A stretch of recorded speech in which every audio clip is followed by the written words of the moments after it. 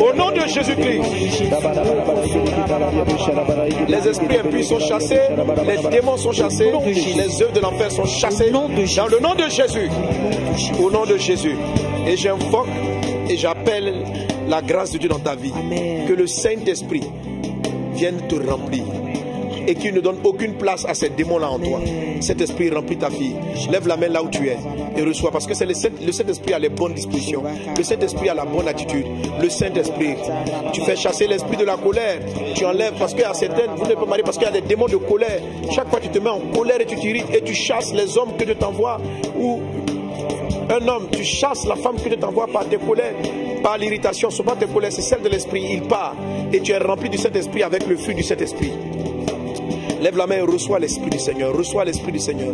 Sois rempli de l'Esprit de l'amour. Amen. Dis Amen. Amen. Sois rempli de l'Esprit de douceur. Amen. Sois rempli du caractère de Dieu. Amen. Sois rempli de l'amour de Dieu. Amen. Sois rempli du cœur de Dieu. Amen. Que le Saint-Esprit t'inonde. Amen. Et que tu sois rempli Amen. du Seigneur Jésus. Amen. Pleinement du Saint-Esprit. Au nom de Jésus-Christ de Nazareth. Amen. Amen. Amen. Brinda ça. Maintenant, on va prier le Seigneur. Tu vas prier pour ton entendement. Amen. C'est quoi l'entendement? L'entendement, c'est la partie qui te permet de comprendre l'autre. Alors, l'entendement de l'homme, depuis la tour de Babel, a reçu une condamnation. De sorte qu'il est très difficile pour les gens de se mettre à deux et bâtir quelque chose ensemble.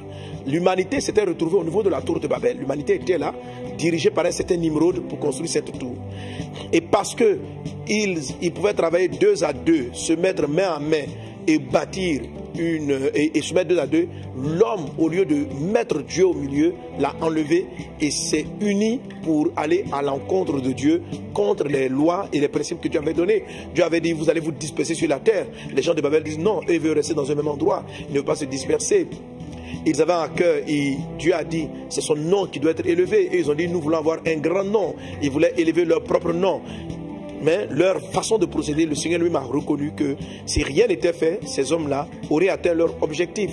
Ok? Et qu'est-ce que Dieu a fait? Il va lancer donc une condamnation. Il y aura donc une condamnation qui va frapper l'humanité, qui va faire que dès cet instant, il est très difficile pour deux personnes de s'entendre. La Bible dit dans ce passage de Genèse chapitre 11, il est dit, l'homme avait un même langage et ils avaient un même mot. Ils avaient un même langage et ils avaient un même mot. Et j'ai abordé ce sujet-là ici. Donc justement, je dis, on peut avoir le même langage, en l'occurrence parler le français, mais ne pas donner le même sens à un mot. Amen.